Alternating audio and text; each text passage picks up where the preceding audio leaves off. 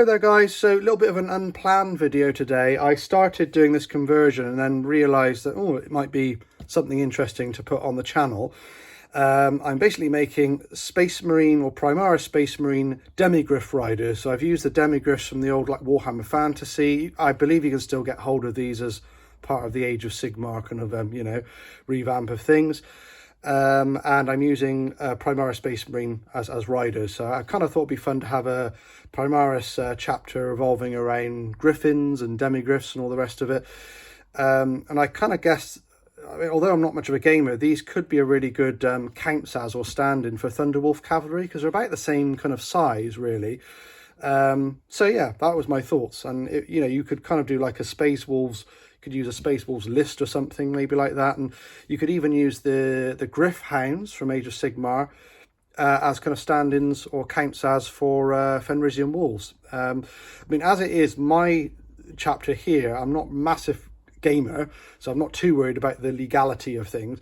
But my chapter is going to be a bit of a mixture of the Griffin kind of theme and Black Templar. So I've got some Black Templar boxes and things like that I'm going to kind of hack and slash around and make a kind of like a, medieval sort of themed chapter, but with Griffins. So why not, That's the beauty of this universe, isn't it? You can just do whatever you want. So here, look, we've got the first phase, and that is just me really roughly gluing on. Look, there's a massive gap where my fingernail is there. So I've not been tidy about this. I've not really taken much care over it. I've just put together the Demigryph. I've put together a torso of a Hellblaster, and you'll see why I use Hellblasters for this in a minute. And I've just kind of super glued that on the top. So he's not actually on there really, really nicely at the moment, especially because super glue is quite brittle. But what I'm then going to do is bring in the legs, and I am using the corresponding legs for the torso as well. So you pay a little bit of attention when you're taking the bits off the sprue if you haven't got the instructions. But I'm kind of going to bring the legs in. What side is that now? I'm getting it wrong now, aren't I? There we go. So I'm going to bring the legs in like that, okay? And the fact that we're kind of hinging off at a weird angle, actually they're quite forgiving, as you can see around the back there.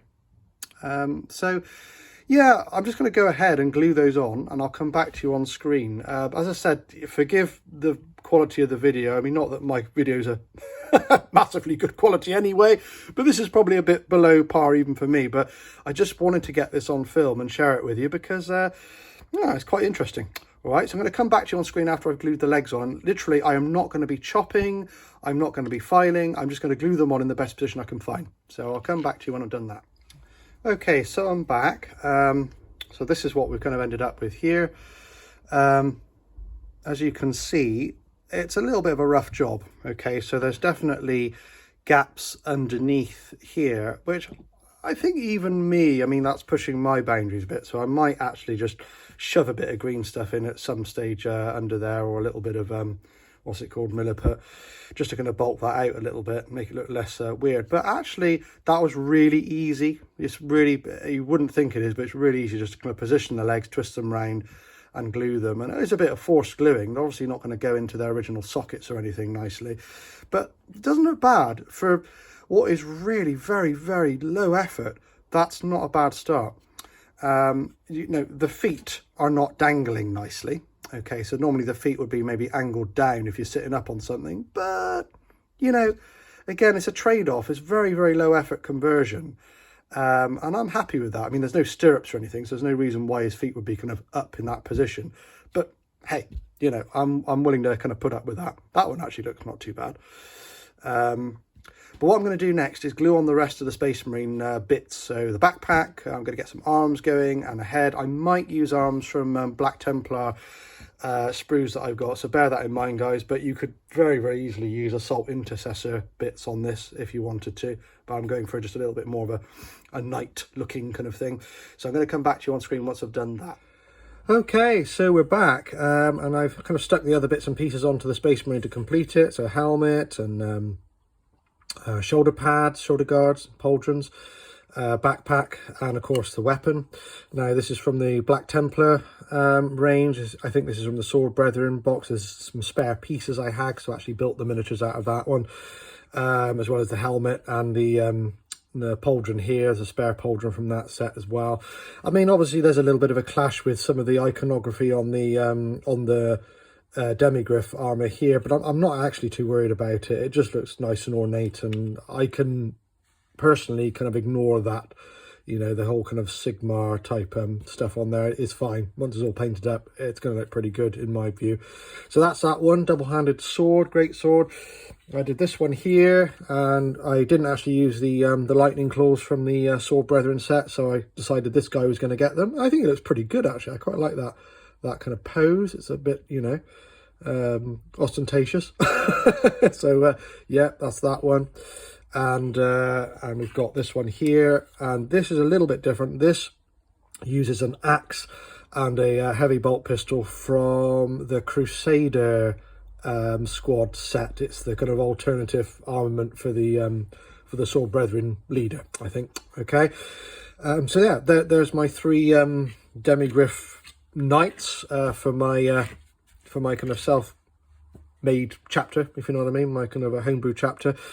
Yeah, I think they turn out really well. Very low effort conversion. I probably am gonna get some milliput or something and just kind of stuff that down into some of these gaps just to close them up.